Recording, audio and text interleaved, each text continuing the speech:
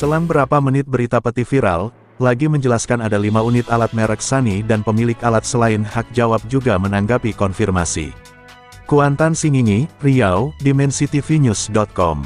Setelah terbit pemberitaan peti pada Sabtu tanggal 14 September tahun 2024, malam, selang berapa menit lagi-lagi masyarakat yang minta dirahasiakan namanya menjelaskan bahwa 5 unit alat itu beroperasi mengupas ke lokasi peti, merek Sani diduga milik Andre.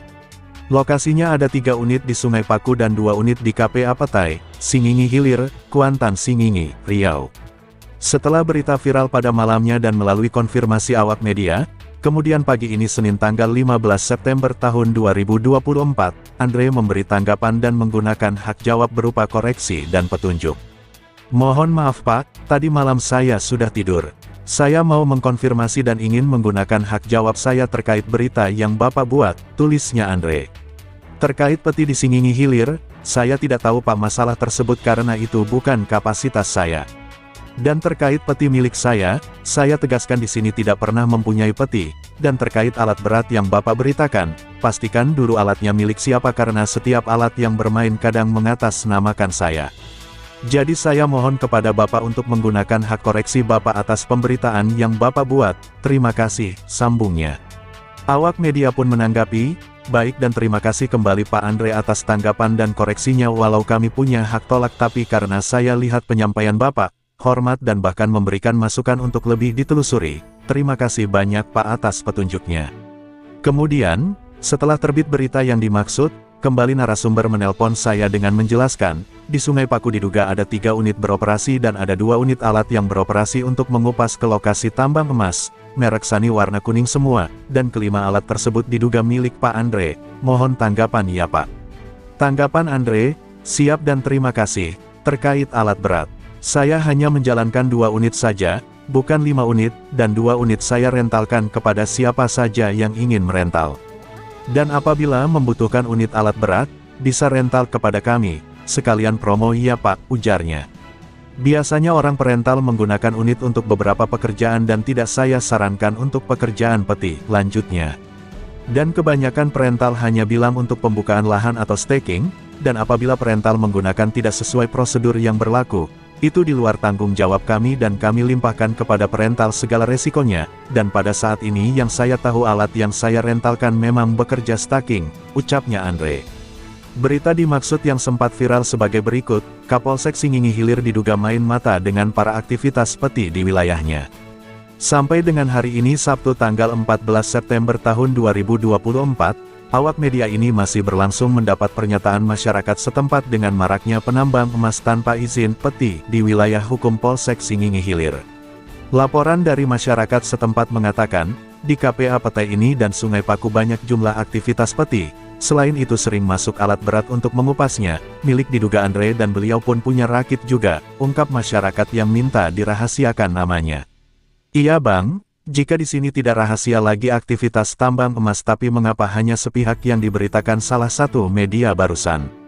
Terbitkan semua bank agar merata tidak tebang pilih, jika mau ditindak secara merata agar jangan seolah-olah kong kali kong dengan yang lain, jangan pilih kasih, tegasnya.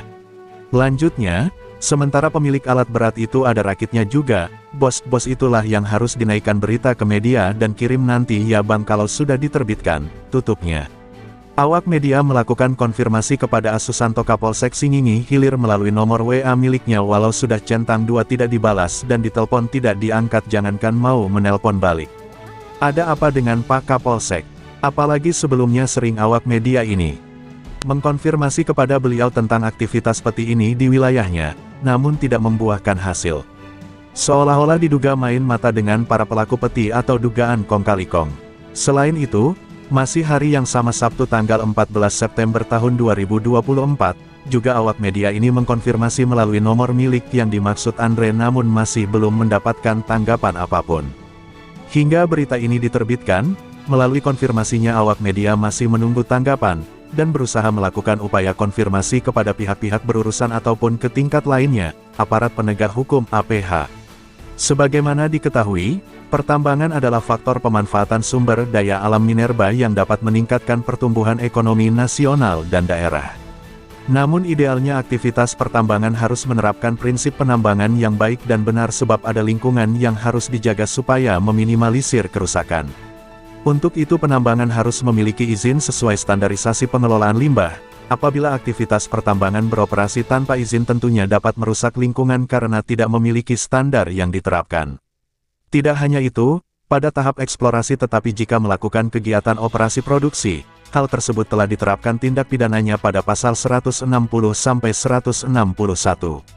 Setiap orang penampung melakukan pengelolaan atau pemurnian, pengembangan dan pemanfaatan atau pengangkutan dan penjualan minerba yang tidak berasal dari pemegang izin.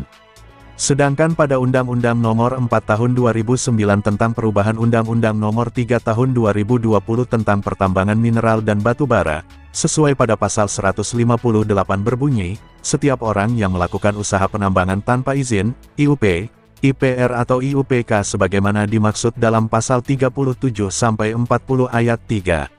Pasal 48-67 ayat 1, atau 5, dapat dipidana dengan penjara 10 tahun dan denda paling banyak 10 miliar. Selain itu, Undang-Undang Nomor 32 Tahun 2009 tentang Perlindungan Lingkungan Hidup Undang-Undang PPLH juga mengatur mengenai larangan peti, apalagi penambang emas menggunakan air merkuri yang merupakan cairan kimia dalam pengelolaan emas. Hal tersebut sangat membahayakan terhadap manusia serta makhluk hidup lainnya. Harapan masyarakat yang memberi pernyataan tentang aktivitas peti di wilayah hukum Polsek Singingi Hilir agar pihak APH menindak secara merata dan tidak tebang pilih atau pilih kasih, dan jangan hanya berlaku kepada masyarakat biasa yang bekerja demi mencari sesuap nasi, akan tetapi pemodal itulah dan atau para bos itu juga ditegaskan, tandasnya. Liputan, Dopenius Gulo, Kepala Perwakilan Wilayah Provinsi Riau, mengabarkan untuk DimensiTVNews.com, inspirasi membangun daerah.